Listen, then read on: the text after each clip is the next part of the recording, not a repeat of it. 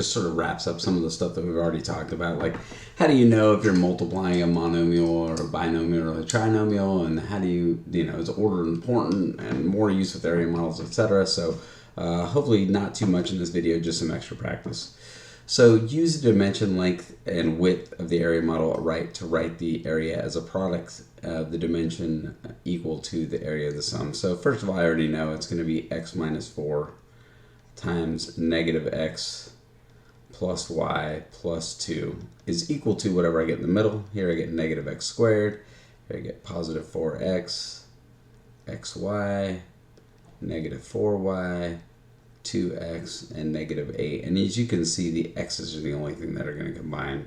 So I have negative x squared plus xy, 2 plus 4. Okay, I thought one was a negative, but they're both positives. So I get plus 6x minus 4y minus 8. So there we go. There's our product, there's our sum, and they equal each other. So it says each expression below represents the area of a rectangle written as the product length times width. Sketch an area model for each expression on your paper and label its length and width. Then write the equation showing the area of the product. Be prepared to show your answers. So I don't know, I think I might be running out of room here. So here I have x plus 3 and 2x plus 1. I get 2x squared, 6x, x, and 3. So I'm going to get 2x squared plus 7x plus 3 for this one. B is a 1 by 2, right? So I have a monomial, a 2x, and a binomial, x and 5. I get 2x squared plus 10x. Here I'm going to have a monomial times a binomial, so again it will be a 1 by 2, so I have x, 2x, and negative y, so I get 2x squared minus xy. Here is going to be a binomial times a trinomial. Ugh, that's going to take a lot of room. So let's go ahead and try and create some room here. Sorry this becomes such a mess, by the way, but I guess if you're watching the video, it doesn't look as bad because I'm going in order. If you just sort of click around, it's probably way worse. All right, so we get something like this. So binomial times a trinomial, x, y, 2.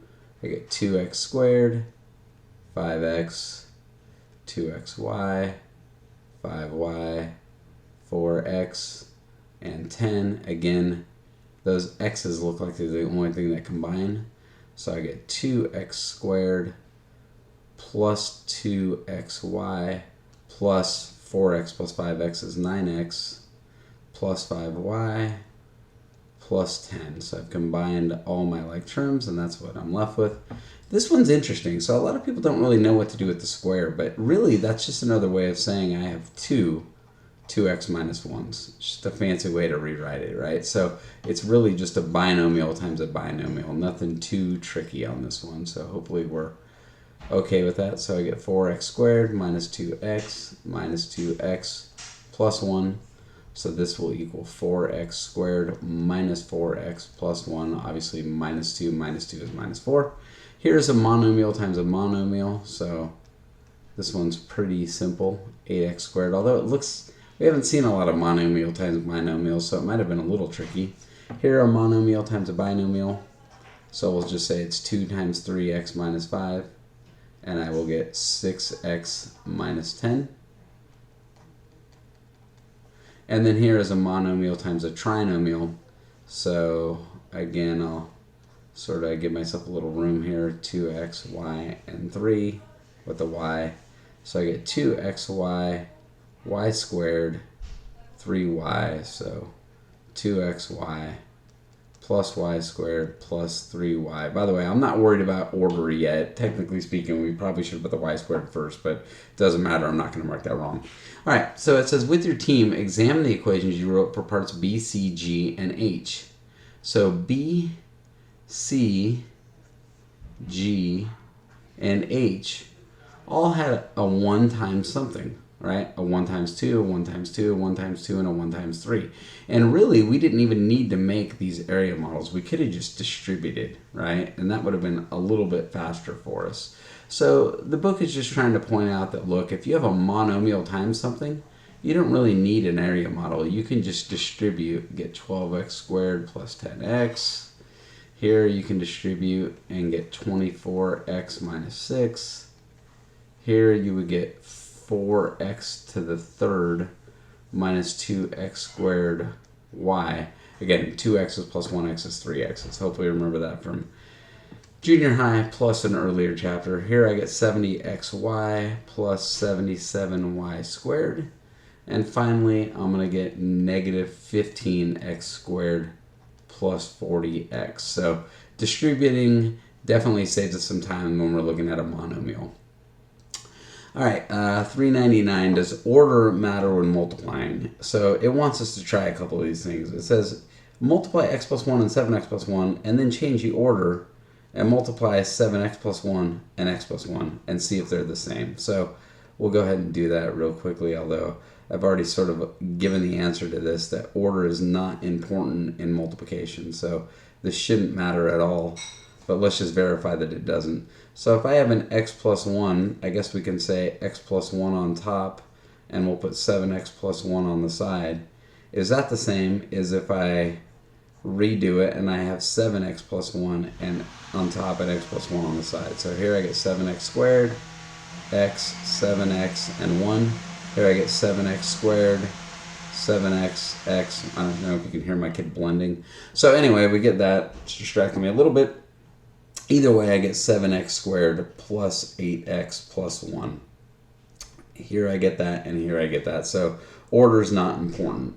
And then it asks me to do it again, but this time with a negative. So does it matter if there's a negative? Well, yes and no, it matters if it's a negative. What won't matter is if here the 1 is negative and here the x is negative. Well, that's a problem, right? If we wrote and rechanged the order, and here's what I mean, if we wrote it and changed the order and multiplied this, I guess I would say 1 plus 7x, these two would be the same because that 1 is negative, this x is positive, this 7x is positive, this 1 is positive. So these would be the same, but this isn't what this says.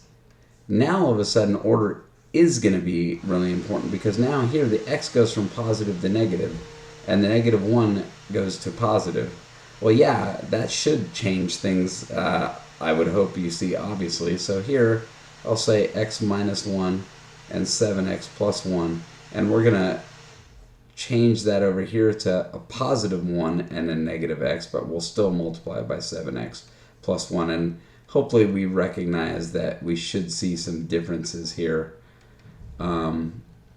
So let's see what we get. So on this one we get 7x squared minus 6x minus 1. On this one we get negative 7x squared, this should be x, I'm sorry, plus 6x plus 1. And you can see, yeah, everything's backwards. So it doesn't matter here, but it definitely matters here. All right, let's go ahead and finish up area models and such. So now that we've discussed what changes and what doesn't change, they're really not asking us to solve these. They're just asking us to match. So here I have a positive x and a negative 5. You can see they're all 2x plus 3, right? Well, that one isn't. So x minus 5. So which one's the same? Well, I'm looking for a positive x and a minus 5. So that's the same. I have a positive x and a minus 5. Positive x and a minus 5. That should be the same, right? Because I have that 2x plus 3. So a positive x and a minus 5. So those ones are the same. All right. So we will go to here. What if I have a negative x and a positive 5? So a negative x and a positive 5. These ones look like they'll be the same. By the way, the 2x plus 3 is the same, right? So I'm looking for a 2x plus 3 with a negative x and a positive 5.